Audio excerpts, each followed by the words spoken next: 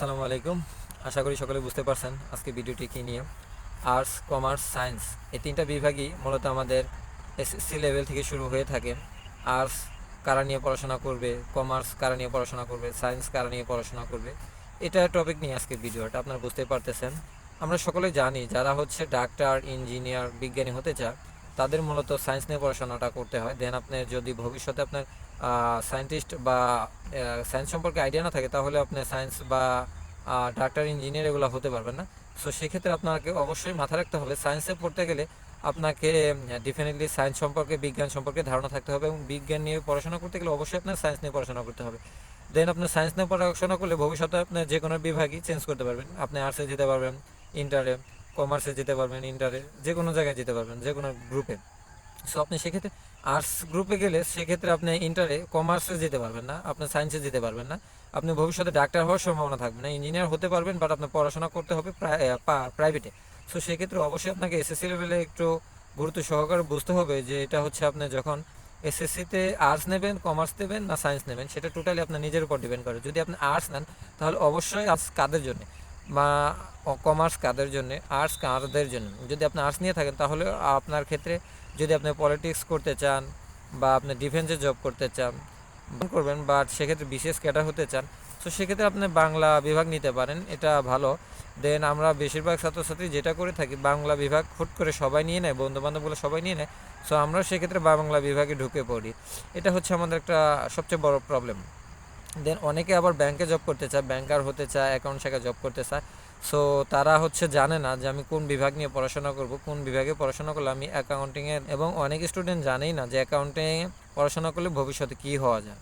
তারপরে আপনার সায়েন্স নিয়ে পড়াশোনা করলে ভবিষ্যতে কী হওয়া যায়, সায়েন্স নিয়ে করলে কী কী করা যায়। অনেকে মনে করে সায়েন্স অনেক বিশাল বড় একটা সাবজেক্ট, বিজ্ঞান থাকবে, কেমিস্ট্রি থাকবে, ফিজিক্স, ম্যাথমেটিক্স, বাবারে আমার দ্বারা হবে না, এটা অনেকেই অনেক কথা মনে করে। সো আমি সেই ক্ষেত্রে সকলের উদ্দেশ্যে একটা কথা বলতে চাই, আপনি ভবিষ্যতে যেটা নিয়ে পড়াশোনা করেন না কেন, যেটা আপনার অপশন থাকবে সেটা অবশ্যই ডেফিনেটলি নেবেন। কেননা আপনি ভবিষ্যতে যদি গ্রুপ চেঞ্জ করতে চান তাহলে অবশ্যই আপনি হচ্ছে সায়েন্স থেকে গ্রুপ চেঞ্জ করতে পারবেন। দেন আপনি যদি আর্টস নেন তাহলে ভবিষ্যতে সায়েন্সে যেতে পারবেন না, কমার্সে যেতে পারবেন, এটা আপনার একটা ব্যাড লাগ। দেন আপনি যদি কমার্স নেন ভবিষ্যতে আপনি আর্টসে যেতে পারবেন, বাট সায়েন্সে যেতে পারবেন না। সো আমার একটা বন্ধু ছিল, ও হচ্ছে এরকম সায়েন্স নিয়েছিল, ও সায়েন্সের পর কৃষি নিয়েছিল, কিন্তু ও চাইছিল ডাক্তার হতে, কিন্তু তখন যখন দেখছে যে হচ্ছে আপনার রিকোয়ারমেন্টে চাইছে হচ্ছে আপনার SSC, higher math, physics, chemistry এগুলো আছে, সো এখানে মার্কস ভালো চাইছে, সো সেক্ষেত্রে সেখানে সে অ্যাপ্লাই করতে পারে না।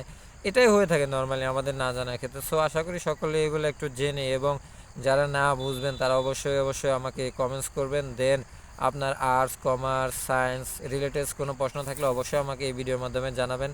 এবং আর্টসে যারা পড়াশোনা করি তারা অবশ্যই মনে রাখবেন আমি ভবিষ্যতে কি করব সেটা আমার টোটালি নিজের উপর ডিপেন্ড করে। অমুক বন্ধু বললো এটা করতে, অমুক ভাই বললো এটা করতে, ফ্যামিলি বলতেছে একটা গ্রুপ নিতে, সো এটা নেওয়া যাবে না। কেননা আমার ভালো লাগে হচ্ছে ম্যাথ, আমি কেন বাংলা পড়তে যাব?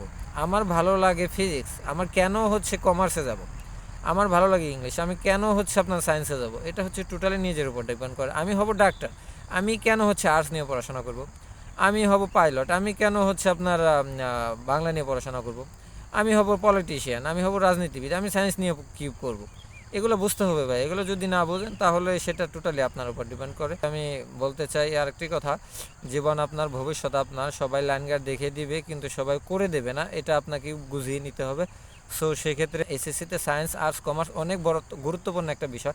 কারণ আপনার ভবিষ্যতে যদি পড়াশোনা করতে চান তাহলে এগুলো নিয়ে আপনাকে পড়াশোনা করতে হবে। কারণ আপনি যদি হায়ার এডুকেশনে যান, অনার্স, বিএসসি বা আপনি মাস্টার যেটা করতে চান, আপনার সেই এসএসসি গ্রুপগুলো থেকেই কিন্তু আপনার সেখানে সাবজেক্টগুলো আলাদা হয়ে থাকবে। সো সেক্ষেত্রে আশা করি আপনাকে অবশ্যই এগুলো মাথায় রেখে একটা গ্রুপ ডিসাইড করে নেবেন, এবং যেটা ভালো লাগবে সেটা নেবেন, যেটা নিজের মতো পড়াশোনা করে গুছিয়ে নিতে পারবেন সেগুলো নেবেন। সো আশা করি সবাই ভালো থাকেন, সুস্থ থাকেন।